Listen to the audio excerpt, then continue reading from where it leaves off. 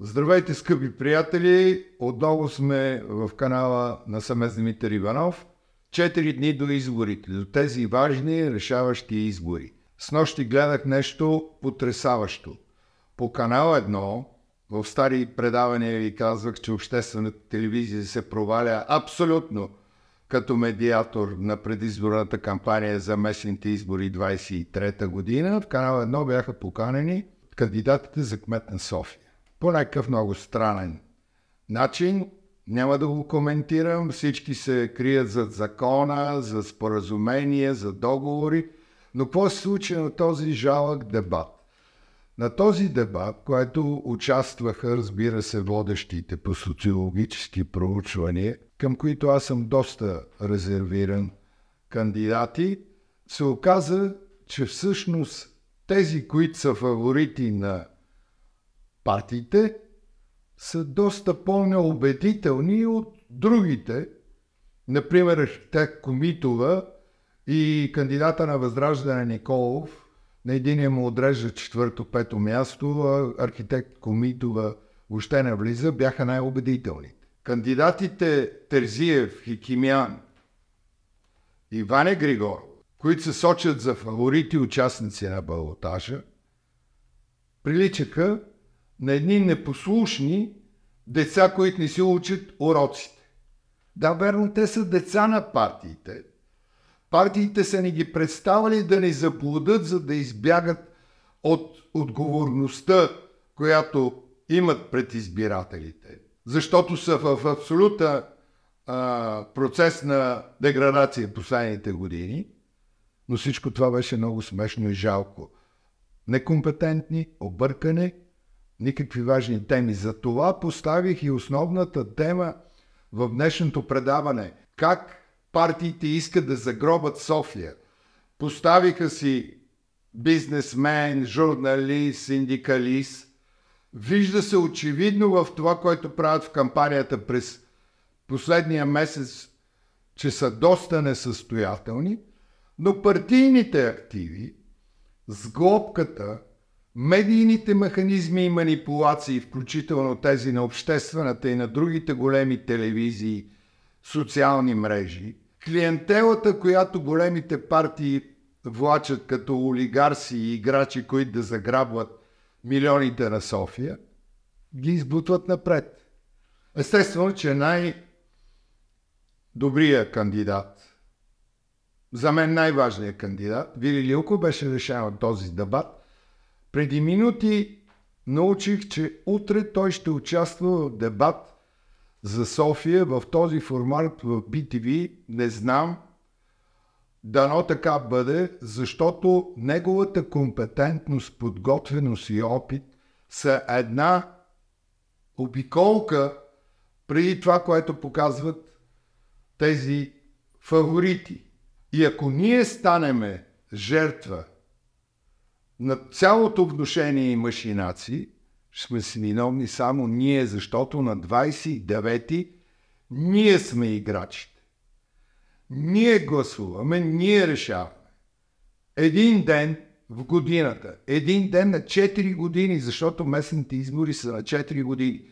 Ако това не мога да го осъзнаем, ако това не може да ни мобилизира, ако това не може да ни активира да бъде по-добре собствения ни живот, аз не дам какво повече може да се направи. Да се сърдим сами на себе си. Аз ще ви кажа обаче какво ще направя аз на 29-ти в неделя. В изборите за кмет, общински съветник и районен кмет.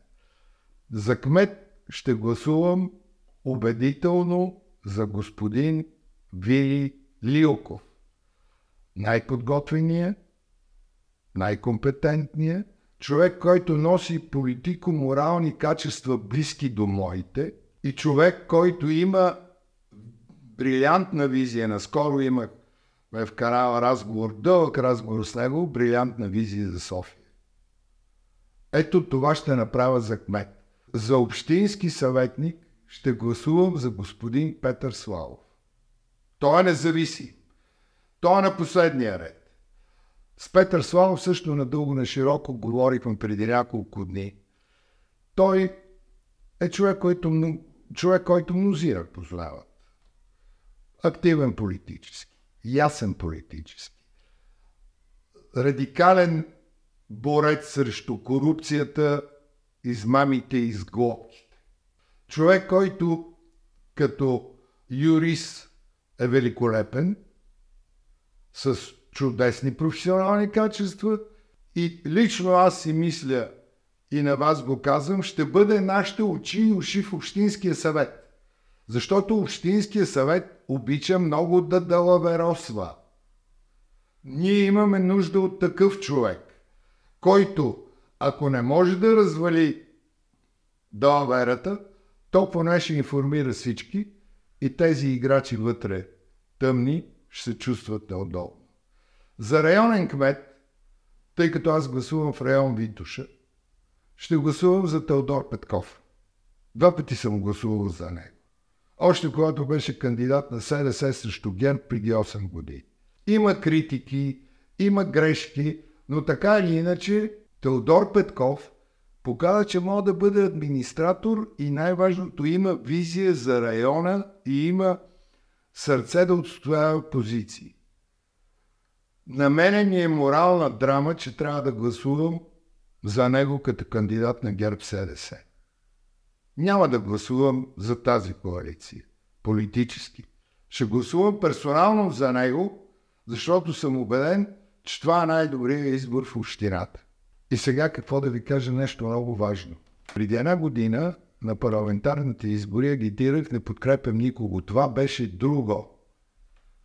Това бяха други избори, политически, национални, парламентарни избори. Сега имаме местни избори за 4 години. Социолозите казват, че отново 4-5%, а това са няколко десетки хиляди гласа.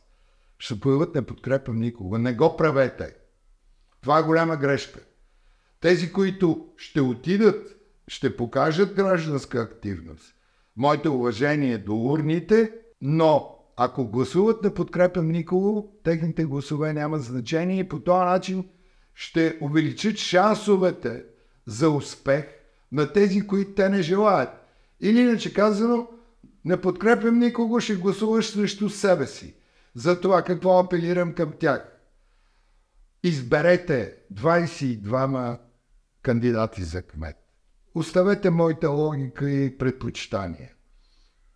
Имайте си собствени предпочитания, имате си собствени политически убеждения, имате си собствени естетически съображения. Изберете между тези 22 кандидати за кмет някого. Изберете съветник, който ще ви върши работа. Не дейте да гласувате на празно. И искам един финален въпрос да поставя, който мене много ме боли и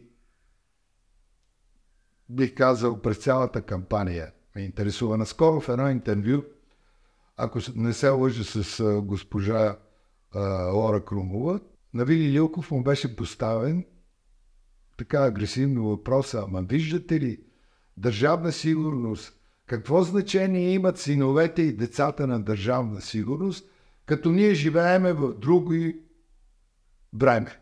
Да, живееме в абсолютно време. Друго, различно. Това, че държавна сигурност не ни гони от университета, не ни арестува, не преследва, не бие, не ограничава кариери, дори убиваше с удоволствие, сме го забравили, защото живееме в друг свят. Но остава въпроса големия. Господин Терзиев в новите условия е мултимилионер. Доказал се човек. Образован човек. Десетки и стотици деца на активисти на държавна сигурност са направили блестящ бизнес. Образовани са, обикалят света, свободни са.